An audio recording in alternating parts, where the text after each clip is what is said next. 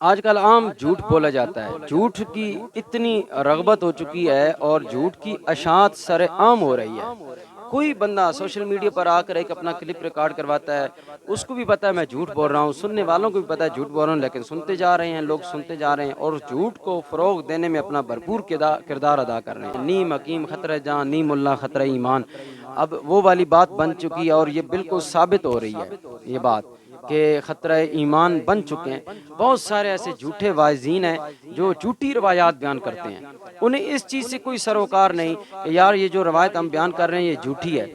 ٹھیک ہے جی، من گڑت ہے، موضوع روایت ہے، اس سے انہیں کوئی غرض نہیں، بس انہیں غرض ہے کہ جس عوام کو ہم یہ روایت سنا رہے ہیں ان کی جناب والا طبیعتوں میں دلچسپی پیدا ہو،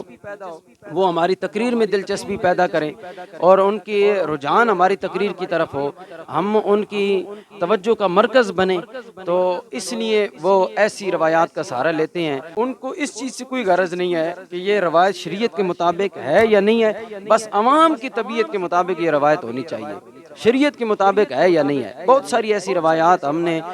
خطباء حضرات سے سنتے رہتے ہیں جنہوں نے آج دن تک مدرسے کی دیوار کو بھی ہاتھ نہیں لگایا، وہ بھی خطیب پاکستان بنے پھرتے ہیں اور اپنے کلپ ریکارڈ کروائے، کلپ آگے پھیلائے، پھر لوگوں کو دکھایا جناب والا اپنے سر کے، اپنے سر تال، اپنے اشعار اور اپنے گلے کا اٹھاؤ اتراؤ، یہ ساری چیزیں دکھا کر وہ امپریس کرتے ہیں عوام کو۔ امپریس کرنے کے بعد پھر وہ عوام میں خطیب پاکستان اور پھر مفتی پاکستان کا درجہ حاصل کر لیتے ہیں۔ یہاں تک ہمارے معاملات بکھر چکے ہیں۔ بہت سارے ایسے خطباء حضرات کے ساتھ بات ہوئی ہے کہ جی یہ جو آپ نے روایت بیان کی تو کہیں اس کا پروف یا اس کا ثبوت، تو وہ بجائے پروف دینے کے یا ثبوت دینے کے الٹا لڑائی شروع کر دیتے ہیں۔ تو آج کے دور کی تو گلہ ہی نہیں ہے، تیسری صدی کا دور ہے، امام احمد بن حنبل علیہ رحمہ کا سن وفات 241 ہجری ہے اور 855 عیسوی ہے آپ کا سن وصال، ٹھیک ہے جی۔ اب دور دیکھیں، تیسری صدی کا دورہ ہے۔ امام احمد بن حنبل علیہ رحمہ کے بارے میں علامہ جلال الدین سیوطی علیہ رحمہ نے ایک واقعہ نقل کیا، امام زیبی علیہ رحمہ نے سیر اعلام النبلاء کے اندر اس واقعے کو نقل کیا۔ وہ کہتے ہیں کہ علامہ جلال الدین سیوطی علیہ رحمہ نے بیان کیا اور وہ فرماتے ہیں کہ ہمیں جعفر بن طیالسی رحمۃ اللہ تعالی علیہ نے بیان کیا، وہ فرماتے ہیں کہ ایک مرتبہ امام احمد بن حنبل علیہ رحمہ اور یحییٰ بن معین ساتھ ہی ایک مسجد رصافہ میں داخل ہوئے تو اس میں نماز ادا کی۔ نماز کی ادائیگی کے بعد فوراً ایک واعظ کھڑا ہو گیا تو اس نے درس و بیان شروع کر دیا، اس نے ایک حدیث سے اپنی گفتگو کا آغاز کیا۔ وہ بیان کرنے لگا، حدثنا احمد بن حنبل و یحییٰ ابن معین وقال حدثنا عبد الرزاق عن معمر عن قتادہ عن انس رضی اللہ تعالیٰ عنہ قال رسول اللہ صلی اللہ تعالیٰ علیہ وسلم من قال لا الہ الا اللہ خلق اللہ من کل کلمۃ طیرا منقارہ من ذہب وریشہ من مرجان۔ اب اس حدیث کا میں ترجمہ نہیں کرتا کیونکہ عوام الناس نے اس حدیث کو سننا ہے تو پھر وہ اس حدیث ہی سمجھ لے گی اور اس کو آگے پھیلانا شروع۔ اس نے یہ حدیث بیان کی، علماء اس حدیث کا ترجمہ سمجھ گئے ہوں گے، تو اس نے یہ حدیث بیان کی نا تو امام احمد بن حنبل علیہ رحمہ نا اس یحییٰ بن معین کو دیکھنے لگ پڑے حیرانگی کے ساتھ، اور یحییٰ بن معین امام احمد بن حنبل علیہ رحمہ کا چہرہ دیکھنے لگے حیرانگی کے ساتھ، ایک دوسرے کا چہرہ دونوں شیوخ حیرانگی کے عالم میں اور پریشانی کے عالم میں دیکھ رہے ہیں۔ اچھا، اس نے بڑی لمبی ایک تقریر کی اس حدیث کی روشنی میں، بڑی تشریح بیان کی جو 20 صفحوں پر آ سکتی ہے۔ تو اس نے تشریح بیان کرنے کے بعد جب بیٹھا تو لوگوں نے اسے سکے دیے، درہم و دینار دیے، تحفے تحائف دے کر چلے۔ اس نے اپنا جناب مال گودام جو تھا وہ سمیٹ کر ایک سائڈ پہ بیٹھ گیا۔ امام احمد بن حنبل علیہ رحمہ بڑے پریشان، یحییٰ بن معین علیہ رحمہ جو امام بخاری کے استاد تھے، شیخ ہیں امام بخاری کے شیخ یحییٰ بن معین، وہ بھی پریشان کہ یار اس نے ہمارے والے سے یہ حدیث بیان کی اور ہم دونوں کو اس حدیث کا علم ہی نہیں ہے۔ تو اس کو بلایا نا، جب لوگ ہٹ گئے، رش کم ہو گیا تو اس کو بلایا نہیں، تو وہ آیا نا تو امام احمد بن حنبل علیہ رحمہ نے کہا، بندہ خدا تم نے یہ حدیث بیان کی ہے تو کہاں سے سنی؟ کہا تم نے سنا نہیں،